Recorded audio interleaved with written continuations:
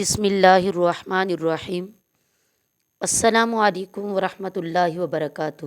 میرے پیارے اسلام بہن بھائیوں، جب آپ کہتے ہیں اللہ میں تھک چکا ہوں، ہاں رب کریم میں کمزور ہو گیا ہوں، تھکن میری ہڈیوں میں اتر چکی ہے، دل سنبھالے نہیں سنبھلتا اور آنکھیں ہر رات بھیگ جاتی ہیں، کبھی تم نے دل سے پکارا ہے؟ اس وقت جب کوئی ساتھ نہیں ہوتا، جب ہر امید ٹوٹ چکی ہوتی ہے اور صرف ایک در باقی ہوتا ہے، اور وہ اللہ کا در۔ بس وہ لمحہ جب تم اپنے رب کے سامنے گر جاتے ہو اور کہتے ہو یا اللہ میں تھک گیا ہوں، تو جان لو یہ وہ لمحہ ہوتا ہے جہاں سے تمہاری اصل شروعات ہوتی ہے۔ قرآن کریم میں رب عز و جل کا ارشاد ہے، فَإِنَّ مَعَ الْعُسْرِ يُسْرًا، بے شک تنگی کے ساتھ آسانی ہے۔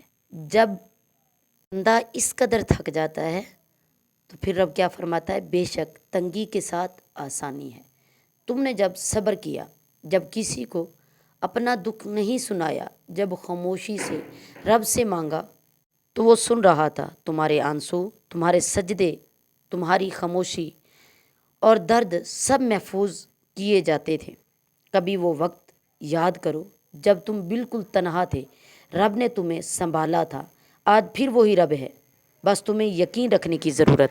حضرت علی المرتضیٰ شیر خدا کا قول ہے، مصیبتیں مومن کے لیے امتحان ہوتی ہیں اور رب صرف انہی کو آزماتا ہے جنہیں وہ بلند کرنا چاہتا ہے۔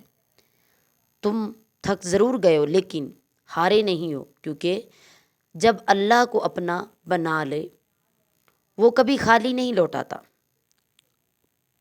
آج رب سے صرف اتنا ہی کہہ دو، یا اللہ اگر تو میری آزمائش نہیں ہٹا سکتا تو مجھے ان پر صبر دے دے، میرے دل کو اپنی محبت سے بھر دے اور مجھے خود سے دور نہ کر۔ یاد رکھو آزمائش کبھی سزا نہیں ہوتی، یہ رب کا قرب حاصل کرنے کا موقع ہوتی ہیں۔ سجدے میں گر جاؤ، خاموشی میں رو لو، رب تمہیں سن رہا ہے، تمہارے اندر کے درد کو جانتا ہے، وہ جانتا ہے تم کب روئے اور تمہارا دل کب ٹوٹا اور تم نے کب کہا اللہ اب نہیں ہوتا مجھ سے صبر، اور پھر وہ رب تمہارا ایسا دروازہ کھولتا ہے، ایسی روشنی دیتا ہے کہ تم بھول جاتے ہو کہ کبھی تم نے اندھیرے بھی دیکھے۔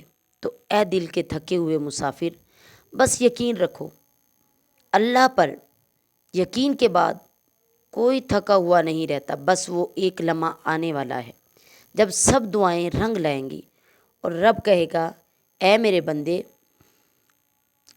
رب فرمائے گا میرے بندے کی دعائیں پوری ہو چکی ہیں، بس تھوڑا سا اور صبر اور تھوڑا سا اور رب پر یقین رکھو۔